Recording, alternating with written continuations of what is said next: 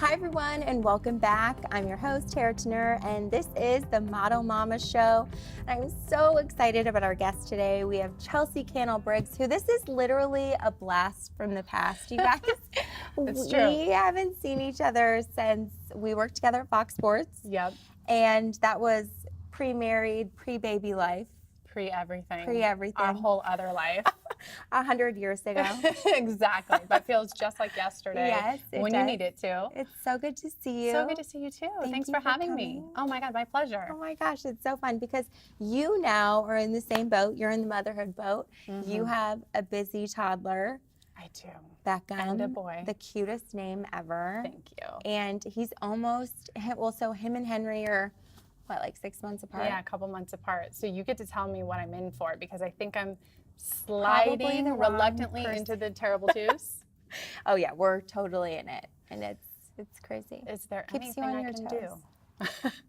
I think the key is just to try to stay a couple steps ahead of them, which is like nearly impossible at nearly times. impossible because they run. Well, my son actually, I don't know if I told you this, but he has a broken leg No. right now because he literally jumped off this box, like not even a big box, landed weird. And he has, I guess it's such a common injury. It's called a toddler fracture. He's like a spiral fracture. Literally, my child is like up to here in a cast. But he's walking on it. He's okay with it?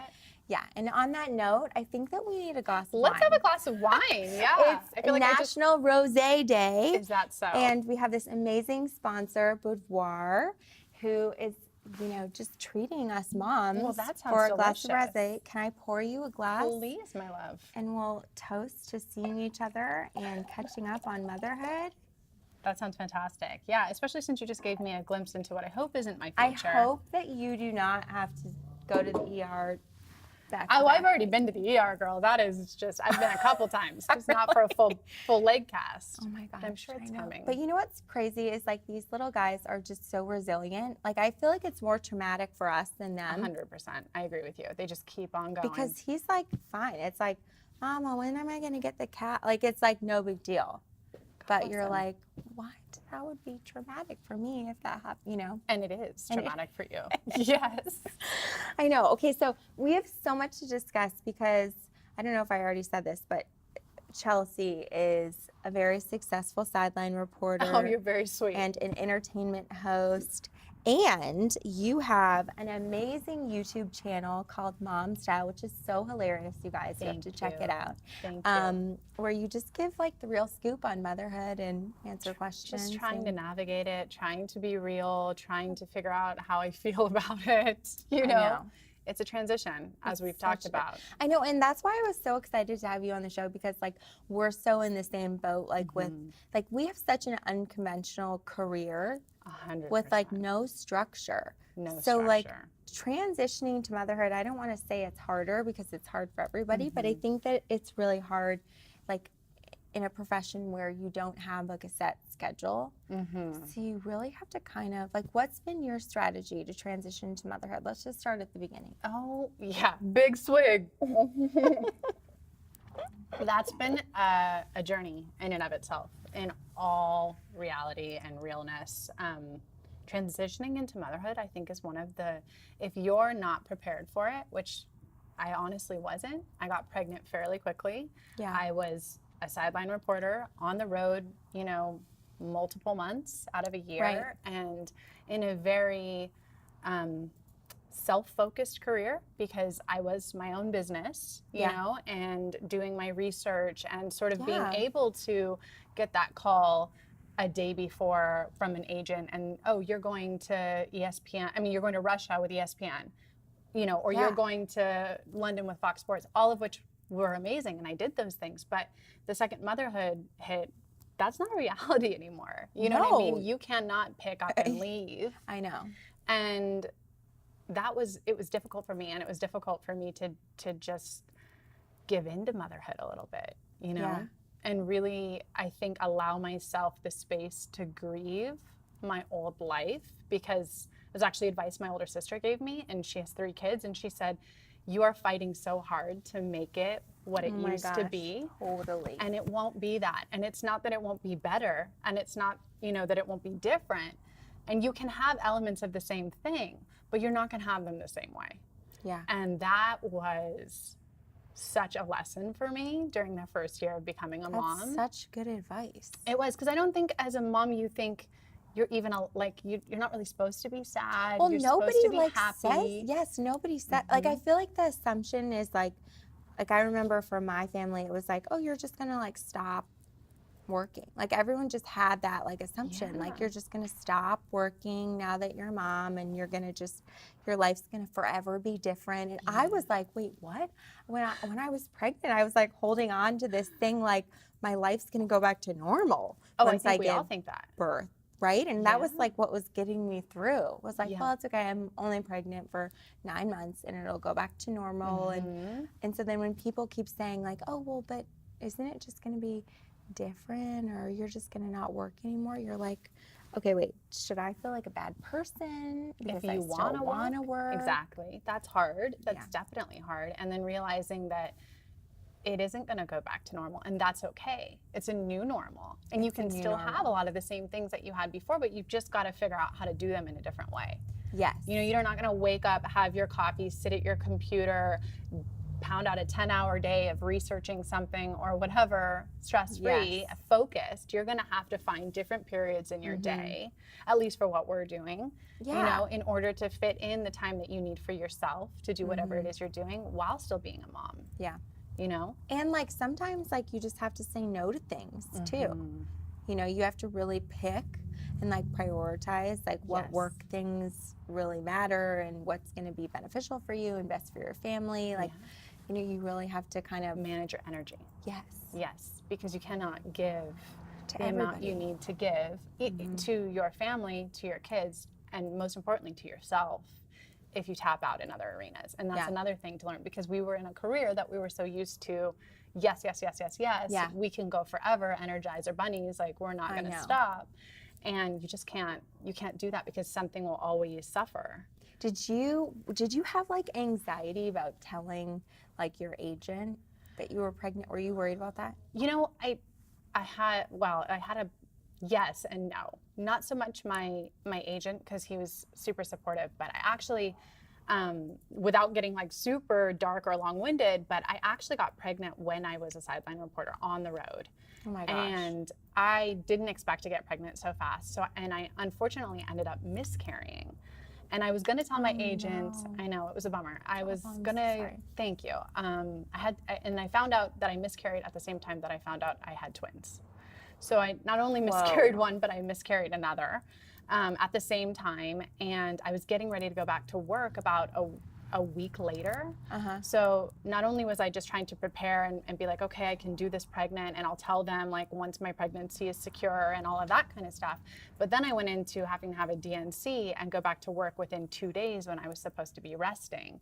So I went 3 or 4 months on the job after that, and made the decision at the time that I felt was right not to tell anybody, because I didn't want everyone around me being as empathetic and loving. The surf community is incredible, as they all were, that I didn't want them to feel that I was disabled, that I wouldn't be able to work as hard as they had known me to work, that I wouldn't, that I just didn't want to be babied. But that was really, really hard, because I sort of went through that period alone, trying to grapple with what I had just gone through and keep up the level of expectation I had for myself as a career woman. Yeah. So after that happened, I finished the season, and I had told my husband, I don't want to try until I get home. I've gone through this whole, and he was wonderful about it. And when we got home, we tried again like 2 days later after the season ended in 2015, and I got pregnant immediately. So at that point, it became less hard, because I had gone through everything I'd went through, and I knew, okay, I'm fortunate enough to be pregnant for the second time. I need to protect this pregnancy. So I immediately called my agent, and I called my boss, who was our boss at Fox Sports, Jed Pearson, who was incredible. And they said, do whatever it is that you need to do. That's and awesome. know, they were honestly amazing, and know that you have a space here. you can come back whenever you're ready to come back. And whatever that means, in a couple of months, a couple of years, whatever, you have a space here. And just take the time you need. And they were, both my agent and my boss were absolutely incredible about it. So I was scared the first time and I didn't tell anybody. And then later on, I did tell both of them at the same time fairly early in my pregnancy, and was absolutely amazed to find how nurturing, loving, and supportive both of them were. That is so fortunate, because I feel like the sports world is so, I mean, there's still so much like pressure, or at least I felt this, like for females, like feeling like you have to prove yourself, because it's like still very much like a guy world. So you kind of have to like rise to the occasion, or at least you feel you do, or you feel you whether do. that's and real I don't know, or maybe perceived. that was all in my head. No, I agree with you. I felt the same thing. Yeah, but I wasn't still working at Fox Sports when I was pregnant, so I can only imagine. But that's awesome that they were so supportive, and they've continued to be supportive, which has just been really beautiful to realize, you know, and it has allowed me to make the transition into motherhood on my terms, which has been really nice and fortunate. And spend the time that you need to adjust, and which you need to allow yourself, for sure.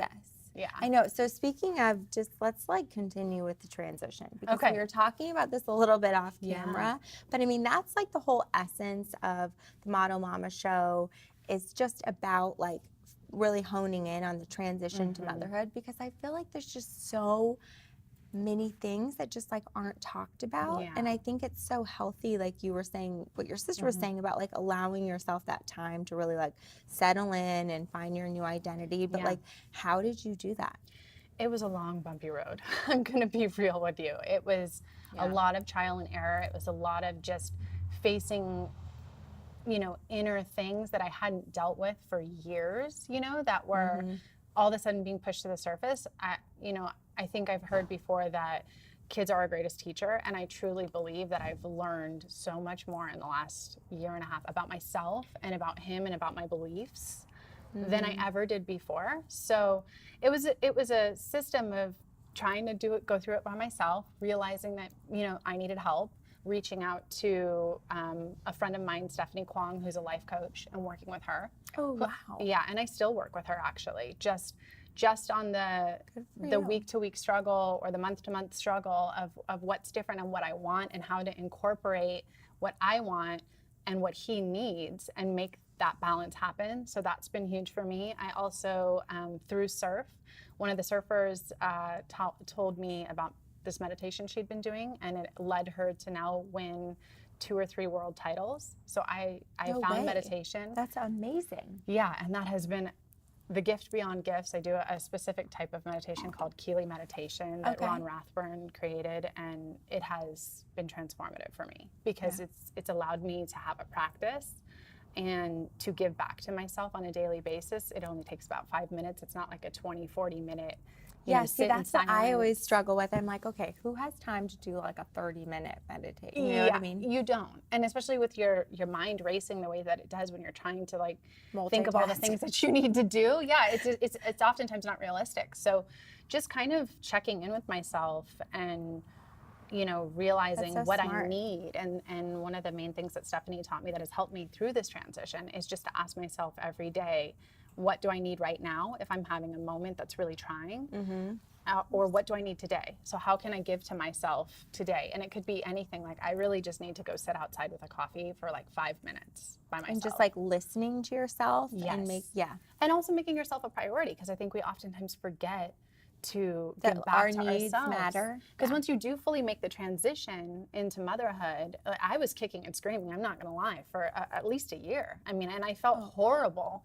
I feel horrible admitting that. And it had nothing, absolutely nothing to do with my son or the love that I had for him. But okay, that is, you just like hit the nail on the head. And that's like, that is such an important point, is that like, I think that those two things need to be like separated. 100%. Because it's like, just because like people struggle with, you know, the transition to motherhood and like everything it means to be a mom and everything that you give up and everything that you're sacrificing and just your day-to-day stuff, like that just doesn't have anything to do with like the love that you feel for your child. Not at all. Or They're like what you would or wouldn't do for them. Totally different. I agree with you. They're totally different. But I think people like put them into the same category. They do. And that's why you then beat yourself up all the time. Oh, yeah. Or you're like worried about what other people like, oh, you don't want to admit it to anyone. Yeah. You don't want to say, oh my gosh, I'm really depressed or I'm really sad. And they're like, but you have this beautiful baby. And you're like, I love this beautiful baby. And when I'm with the beautiful baby, I'm thrilled beyond belief. I know. But I still have this part of me that is yearning for the person I was for the last however many years, you know? And it's just not reality that you remain the same person. Well, you can't just like flip a switch too. Like, you know, you have to like allow yourself the time to actually transition. It doesn't just happen overnight. And if you don't have help, it's even a lot harder. If you don't have family, if you don't have the ability for childcare, those kinds of things, like you really are just sort of thrown into the deep end of a pool and left to figure it out. As everybody says, there's no manual that comes with parenthood, and there's also no manual that comes with the transition into motherhood. Yeah. And finding who you're going to be.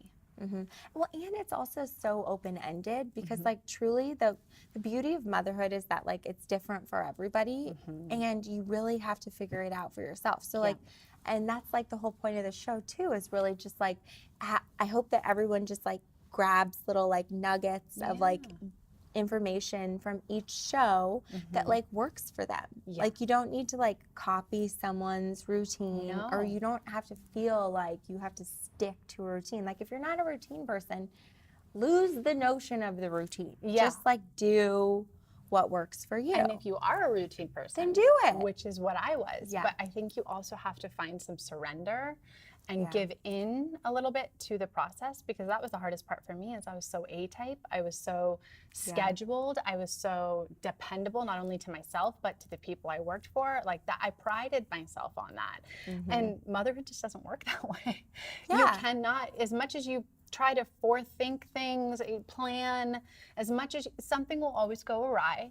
And it's learning to just take that in stride and be able to find that balance, but also just allow for the space for, you know, the child to kind of stir up some of your stuff and teach you some lessons that you may not be willing to learn at the onset. You have to just, and I mean, especially when they're still so young. I mean, like to have these expectations that like your child is gonna like stick to a certain schedule and like react the same way to everything every day is like totally ridiculous. Or just that you are gonna be able, I remember in the beginning, I kept trying to schedule and structure my day. So I'd be like, he naps now, and I had this whole list of like, okay, when he's awake, these are the things that I can accomplish. During his first nap, I will accomplish these things. When he's awake again, I can like multitask this. I had like it literally completely figured out. And then he switched to one nap, and it was like, what now? What, you know? Or he skipped. Or he didn't nap. Like I know. You know. And so then I remember a friend of mine saying, just pick 3 things, and they can be minuscule things, but just pick 3 things that you can do in a day. And if that's the laundry, you know, fixing him a healthy meal and getting outside for 5 minutes, that's what it is. If it's, you know, taking a shower, changing your clothes and brushing your teeth, then that's what it is, you know? But whatever it is to sort of move yourself forward, and that was helpful too, you know, just to break it down, because I was trying to take motherhood on like my career, you know? And then like what happens is like, if you don't get to that list, like you just are so frustrated. Like I used to be in this really bad habit where like I'm the same way. Like I would have this like crazy to-do list for like when Henry was like asleep or when I had like some free time. And if I didn't like get everything crossed off, I would kind of be like in a bad mood or like stressed out. And then my husband would come home and it was like just this like, you know, residual like effect of just like, you know, he'd just like frustrated, like, okay, I'm frustrated because I didn't get this done. And then you take it out on them and it's like, but you just can't structure your life like that. You have to kind of like play it day by day. And allow for the unexpected. And again, I guess my favorite word is surrender at this point, because that's really the biggest lesson for me. And that's why I don't make to-do, I'm like the queen of the to-do list, but like I don't have like daily to-do lists anymore. I have like weekly to-do lists. That's good. So it's like, okay, if I give myself a week to like check all these things off, then I Like wow, it's a little bit more realistic. I feel like I just learned something. It's so much more realistic because if a sick day gets thrown in there and the kid has an ear infection or a full leg cast, that daily to-do list is the first thing out the window. Then you're Let's be real. I know. Then stuff's gonna go to the wayside, and then you're gonna be like, oh man, I know. But so, what about like on those really tough mom days? Like, do you have like a way that you like to re-energize yourself, or like refocus, or like press the reset button? Well, I think I mentioned it with the meditation. The first thing I do is I've learned that for me, getting up before my son, if possible, is really helpful to allow me that space to, meditate for 5 minutes in the morning and sort of set my day, feel like I gave myself some time, that then I don't feel all day like, oh my gosh, I'm just giving to everybody else. There's no time for me, because I've had, even if it's 15 minutes, just to enjoy my coffee for however long. That's huge. So that first and foremost, exactly. I really noticed the days that I miss that. I really do notice. I'm like, oh, I feel thrown off today. And then I'll go do it during the nap, or I'll try to make the space. Obviously, if I'm home alone, I can't just like run off and meditate and be like, see you in a minute, buddy. Like, just hang out here and don't touch anything. I can't hear any outside noises.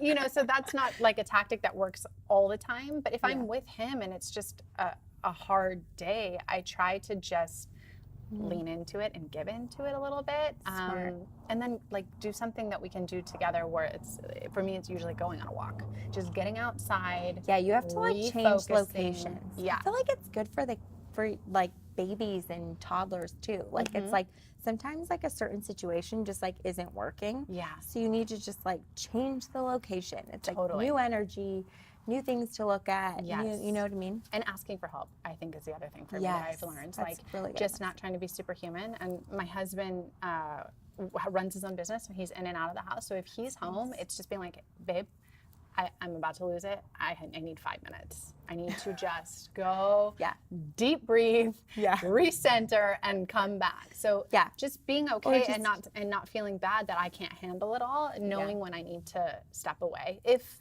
I'm able to. That's really good advice. And then if I'm not, just breathing through it and trying to give into it and see it for what it is. You know what I mean? And stop trying to control it, because I think a lot of times when we have those really bad days, we're constantly trying to control and fix and, structure it. And then it gets worse. You have to just ride the wave, so to say. You do, totally.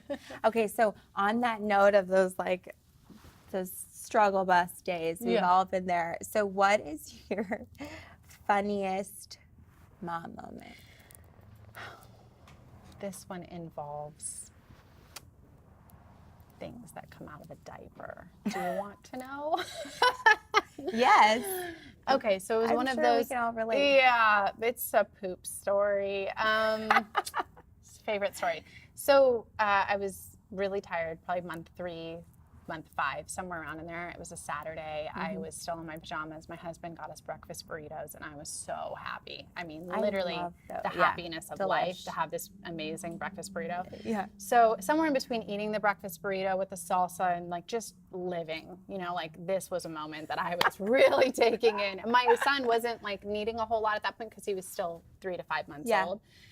I picked him up and I started, held him and did the bouncing. I think somebody came in the door, and I was, holding him for a little bit, and then I put him back down. And when I put him back down, I went back to eating this burrito and just like really just owning it. And I saw some salsa on my arm, so I just sucked it off. Wasn't salsa. So I ate poop for breakfast. No. And it was one of those diapers that you just really hope you never see again. Yeah. And it tasted that could have looked like batteries. Salsa. Like you could. Oh, it did. It was brown. It was brown, like the brown salsa they give you with a burrito. Stop it. And I was exhausted. Gosh. So I just thought, I mean, it did not cross my mind. My kid wasn't did the you explosive. Throw up? I just motored on. Maybe I'm disgusting. I was like, well, okay. Well, okay. No one's going to know about that. I never thought I was going to eat poop, but I have. And now I know what it tastes like. And I hope I don't do it again. But anything's, possible. That's hilarious. What was your husband witnessing this? Or? Yes. And we also had friends over who also witnessed it. And pretty much everyone was horrified. And I was like, what am I going to do about it? Good for you. What am I going to do about it? What a pro mom. I never would have shake thought it I would off, have been. whatever. Just, you got to, right? I mean, what? Because the more you think about it, the grosser it gets. True. Yeah. True. So that's my most embarrassing. You can tell that story at your grossness. son's like wedding someday, and Oh yeah. I'm gonna get you back for that. Yeah. Right. I have.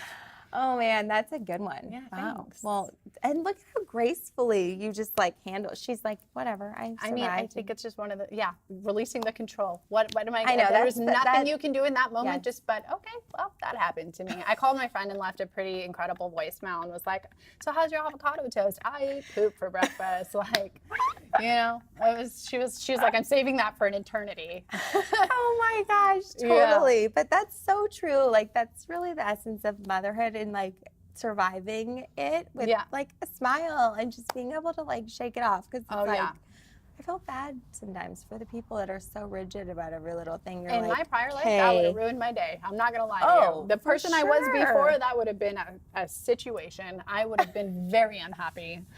Oh my gosh. Well, we can't top that story. It's hilarious. Well, I sure hope you do, because I don't want to be the only one who's eaten poop on your show. I'm sure that we could. Well, I don't know. Keep searching. We'll have to keep searching. Yeah, the reporter that you are, I have a feeling you will find another poop story. We will get back to you on that. Please let me know. I have no idea if there's someone else out there, but maybe. Help me out, people. Okay, you guys. Today was truly epic with you. You're incredible. Thanks. What an amazing, empowering mama, and so much wisdom from you. Thank you for sharing. Thanks for having me. And where can we find you on social media? Yeah, on social media, I'm on Instagram at Chelsea Cannell Briggs. Okay. Facebook. Perfect. YouTube mom style. Okay. Well, you can get more funny stories from her because she's so stinking funny, as you guys got this whole, I can't even believe that.